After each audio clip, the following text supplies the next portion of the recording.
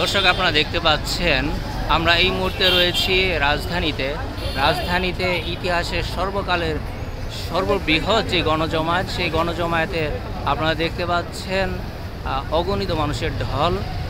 আপনারা দেখতে পাচ্ছেন মানুষরা রাস্তায় নেমে প্রতিবাদ জানাচ্ছে ইসরায়েলি বর্বরতার, ফিলিস্তিনের উপর যে বর্বরতা চালাচ্ছে ইসরায়েল, তার প্রতিবাদ স্বরূপ ঢাকার রাজপথে অগণিত মানুষ পথে নেমেছে।